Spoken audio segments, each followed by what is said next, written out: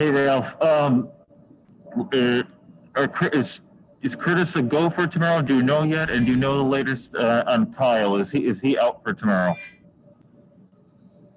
So Oki is still day to day. We'll assess him in the morning. Curtis Lazar is good to go and had a really good skate. Is feeling the best he's felt in training camp thus far. So medical team did a really good job, and he's back in the fold. And with Oki, we'll make a decision tomorrow morning. Hi, Ralph. Jack Quinn obviously wasn't added to the taxi squad. He didn't skate with you guys today. What is your plan for Jack in the coming days?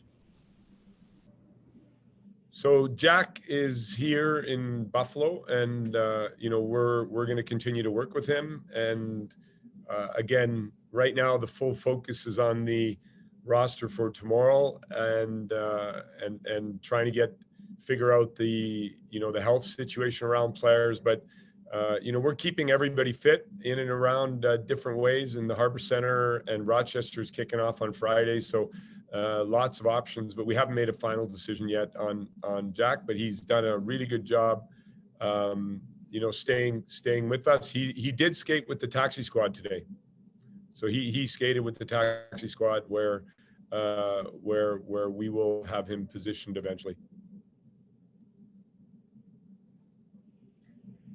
Hey, Ralph. Cody Eakin was asked about his line playing with Dylan Cozens and Tobias also. And he said that, their job is to provide energy. They want to be reliable, responsible. With Dylan Cozens, obviously he's still kind of learning the NHL. Do you trust him in that role to, be reliable, responsible? Obviously the energy, you have seen that. Number one, Dylan is in the best game shape of everybody here. So he's played a lot of hockey. That's something that will definitely help him to bring his game into the National Hockey League. But yeah, we definitely trust him. I mean, he's a very responsible player, extremely smart and coachable. Donnie Granato has spent some time with him on the principles, and just watching him in practice, the decisions he makes with and without the puck. Your question really is around the responsibility that he can take. And, we think he's ready for a pretty big load right off the hop, but only time will tell for all of us. It'll be the first game in a long time. And there are a lot of unknowns going into this game, and, we're just excited to finally get going. And Dylan's is one of the many pieces we're looking forward to seeing in action.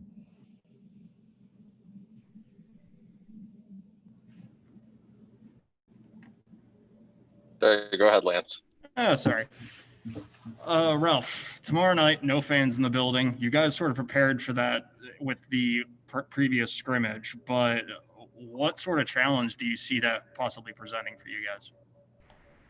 Well, I think it'll take a few minutes to just kind of get acclimatized to that. But psychologically, we're ready. We've spoken about it a lot, and it is a reality that we were a part of in the playoffs. That we didn't play in the playoffs, but there isn't a player that didn't watch multiple playoff games and just kind of got used to what that means. And in the end, we know our fans, the Sabre fans, will be watching, and they'll be glued to their TV sets, and they'll be supporting us. And in that vein, we want to be playing. We want to be playing knowing the fans are not live, but they are connected to us as we begin the challenging season ahead. So it's certainly something we need to acclimatize to, but I'm expecting the group will get it really fast, because within the game, and you saw that in the playoffs, the competitive spirit of the individuals will rise, and it will become the norm, which we would prefer it not to be, but it is for now, and let's deal with it.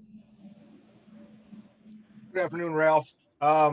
You've got a couple games with the Washington Capitals. I'm sure Risto is looking forward to the matchup with Ovechkin. Can you go over a little bit just on your pairings and how you look at them impacting the game? Yeah, I mean, Michael, the most important thing here will be to get our legs and our feet under us.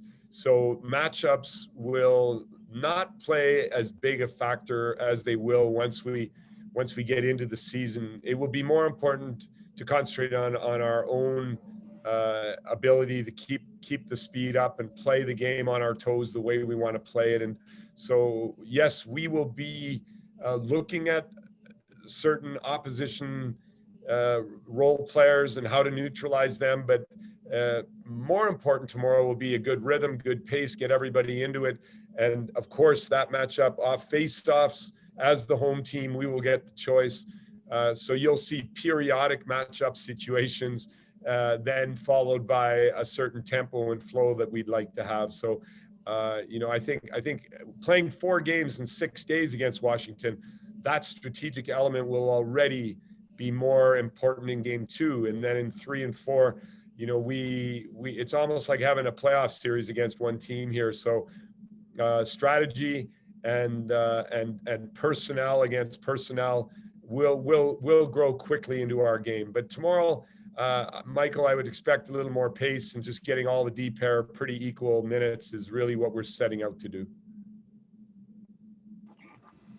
Coach K, Mookie Hawkins, Waffle Sports 1080. Appreciate your time, sir. Thank you. My pleasure. Hello? Yeah, I can hear you. I can hear you, Yeah, Mookie. kind of faded out there, froze. Oops. Hey, Ralph. I know you like to keep the goalie picture small, but do you have a plan for the first series? And with Carter having more time this camp, do you plan to go with him tomorrow as your starter? Yeah, I mean, we'll make that final decision tomorrow morning. You know what it's like. I'd love to tell you, but I mean, just strategically, I think it's better we keep that. Those kind of decisions are going to remain game day decisions, and I will tell you always everything I can possibly tell you. But quite clearly, with the 2 back-to-backs coming up here, we are tending towards split games between the 2 of them. So. Whoever begins tomorrow would not play in game 2 under normal circumstances. But yeah, Carter's had an excellent camp. He was in here a little bit earlier than Linus, so we'll see how the 2 of them are tomorrow morning.